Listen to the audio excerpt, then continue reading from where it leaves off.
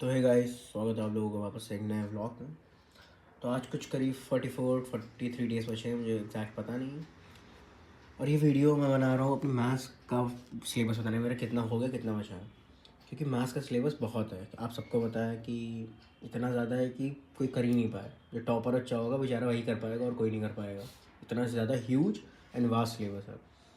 तो मैं कोशिश कर रहा हूँ, पहले मैंने मैथ्स का जो इम्पोर्टेंट चैप्टर थे जैसे कि वेक्टर 3D, डिफरेंशियल और सीक्वेंस, पीएनसी, बाइनोमियल, ये पहले मैंने जल्दी जल्दी निपटा दिया है।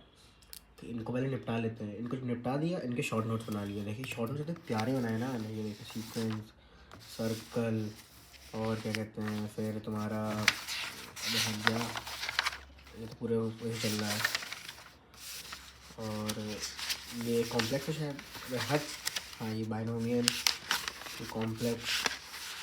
और कॉम्प्लेक्स तो बहुत बड़ा चैप्टर। मुझे कॉम्प्लेक्स करने के बाद मुझे रियलाइज है मैंने 3 चैप्टर किया है। ये मतलब वेस्ट है भाई। इसका एक क्वेश्चन आता है सिर्फ, कम से कम इतना बड़ा चैप्टर, इतनी नई नई चीज़ें हैं। मुझे 2-3 दिन लग गए चैप्टर को करने में और घंटा कुछ ज़्यादा समझ में नहीं आया। इसका एक क्वेश्चन मुझे लगता बनेगा भी नहीं। वेस्ट हुआ मेरा टाइम, जो होता है वेस्ट हुआ इसको चैप्टर करने में। इतना ज़्यादा इसका वो भी नहीं है वेटेज। तो इस टाइम मैं सोच रहा हूँ कि मैं अब PIQ चालू करूँ कि सिलेबस अब इतना ज़्यादा मुझे नहीं करना।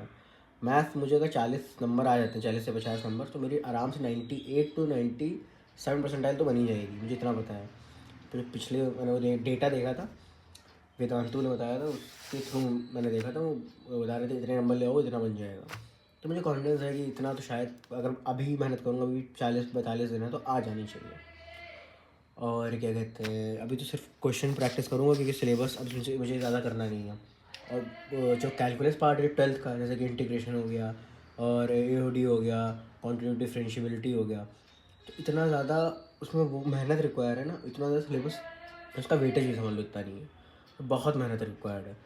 तुम ये समझ लो कि इंटीग्रेशन में अगर करने बैठोगे भी तो कम से कम अभी 5 से 6 दिन लग जाएंगे तुम्हें इंटीग्रेशन करते करते।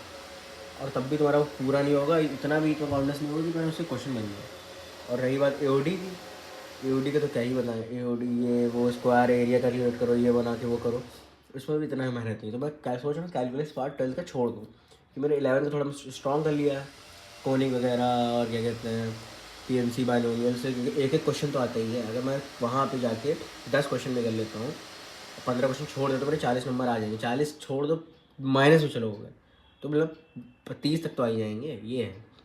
तो ज़्यादा अगर मैथ्स को ज़्यादा ही ध्यान दोगे तो मेरा पुराना जो मतलब टॉप स्कोरिंग चैप्टर्स हैं, जैसे कि केमिस्ट्री हो गया, फिजिक्स हो गया, फिजिक्स में तुम्हारा मॉडर्न हो गया, ये सब छूट जाएगा।